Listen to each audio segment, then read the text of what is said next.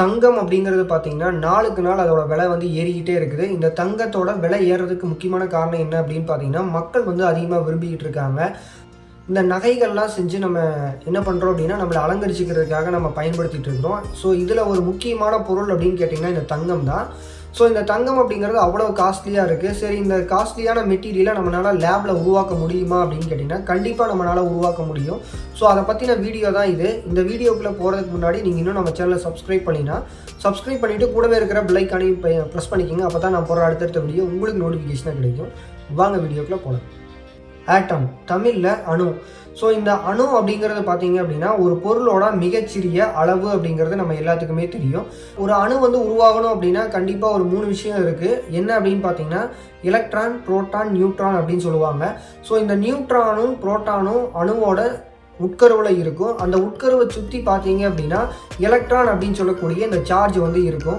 So இப்போ இந்த ஒரு அணு வந்து நிலைத்தன்மையோடு இருக்கணும், அதாவது கதிரியக்கமே இல்லாமல் ஒரு ஸ்டேபிள் பொசிஷனில் இருக்கணும் அப்படின்னு கேட்டிங்கன்னா இந்த புரோட்டானும் எலக்ட்ரானும் சரியான அளவுகளில் இருக்கணும்.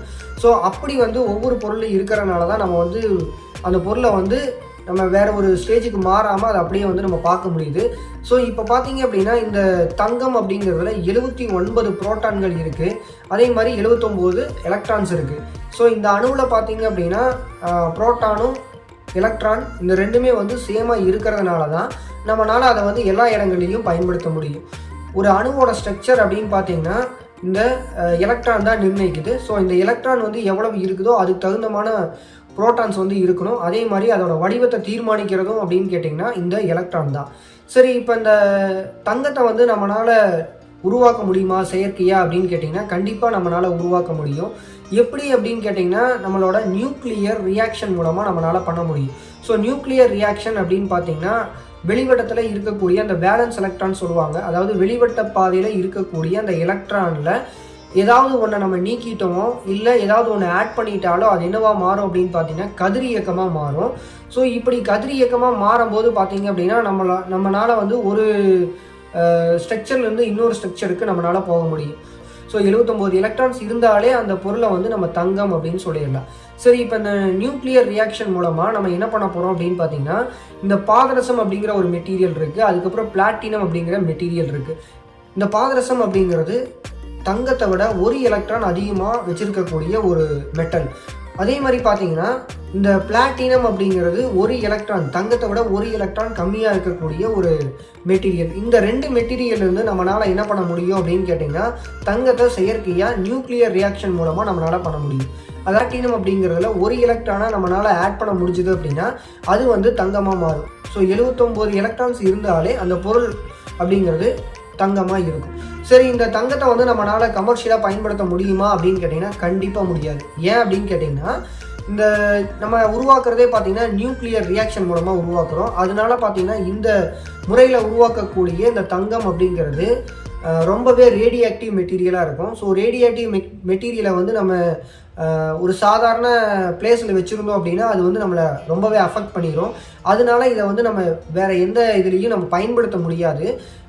ஆனால் இதை பயன்படுத்தணும் அப்படின்னா நம்ம வந்து நிறைய சொல்யூஷனில் நம்ம அதை டிப் பண்ணி அதெல்லாம் வந்து அந்த கதிரியக்கத்தை போக வச்சுட்டோம் அப்படின்னா நம்மளால் வந்து அந்த தங்கத்தை பயன்படுத்த முடியும். இன்னொரு விஷயம் இருக்குது. இதில் என்ன அப்படின்னு பார்த்தீங்கன்னா நம்ம நியூக்ளியர் ரியாக்ஷன் மூலமாக தான் நம்ம உருவாக்குறோம். அதனால பார்த்தீங்கன்னா கம்மியான அளவில் தான் நம்ம வந்து இந்த தங்கத்தை உருவாக்க முடியும். ஸோ அதனால பார்த்தீங்கன்னா இந்த மாதிரி கம்மியான அளவில் வந்து நம்ம உருவாக்கணும் அப்படின்னா அதுக்கான பொருட்செலவுகள் வந்து ரொம்ப அதிகமாக இருக்கும். ஸோ இதுவும் ஒரு காரணம். கமர்ஷியலாக நம்மளால் இதை வந்து மாற்ற முடியாது. ஸோ எதிர்காலத்தில் இப்போ நீங்கள் செயற்கையாக தங்கம் வந்து உருவாக்குறீங்க அப்படின்னா ஒரு நியூக்ளியர் ரியாக்டர் கட்டணும். அந்த நியூக்ளியர் ரியாக்டரில் இந்த பாதரசத்தையோ இல்லை பிளாட்டினத்தையோ வச்சுக்கிட்டு நம்ம என்ன பண்ணணும் அப்படின்னா நியூக்ளியர் ரியாக்ஷன் மூலமாக நம்ம தங்கத்தை வந்து பெற முடியும். ஆனால் இதுக்கான பொருட்செலவுகள் அப்படின்னு பார்த்தீங்கன்னா ரொம்ப அதிகமாக இருக்கும். ஆனால் இது வந்து கதிரியக்கமாக இருக்கிறதுனால இதை வந்து நம்மளால் பயன்படுத்தவும் முடியாது. ஸோ இந்த காரணத்தினால தான் நம்ம வந்து செயற்கை தங்கத்தை வந்து இதுவரைக்கும் உற்பத்தி பண்ணுறதுக்கான முன்னெடுப்புகள் வந்து யாருமே பண்ணலை. ஸோ இப்போ இந்த வீடியோவில் தங்கம் அப்படிங்கிற ஒரு மெட்டலை நம்மளால் செயற்கையாக உருவாக்க முடியும் அப்படிங்கிறத தெரிஞ்சுக்கிட்டோம். உருவாக்கணும் அப்படின்னா அதனால என்னென்ன எஃபெக்ட் இருக்குது அப்படிங்கிறத தெரிஞ்சுக்கிட்டோம். ஸோ அப்படியே உருவாக்கணும் அப்படின்னா நம்மளால் பயன்படுத்த முடியாது. அது ரொம்ப கமர்ஷியலாக கொண்டு வர முடியாது, பொருட்செலவுகள் வந்து ரொம்ப அதிகமாகும் அப்படிங்கிறது தெரிஞ்சுக்கிட்டோம். ஸோ இந்த வீடியோ உங்களுக்கு பிடிச்சது அப்படின்னா இந்த வீடியோக்கு ஒரு லைக் பண்ணிவிட்டு உங்கள் ஃப்ரெண்ட்ஸ்க்கும் ஷேர் பண்ணுங்கள், அப்போ தான் அவங்களுக்கும் தெரியும்.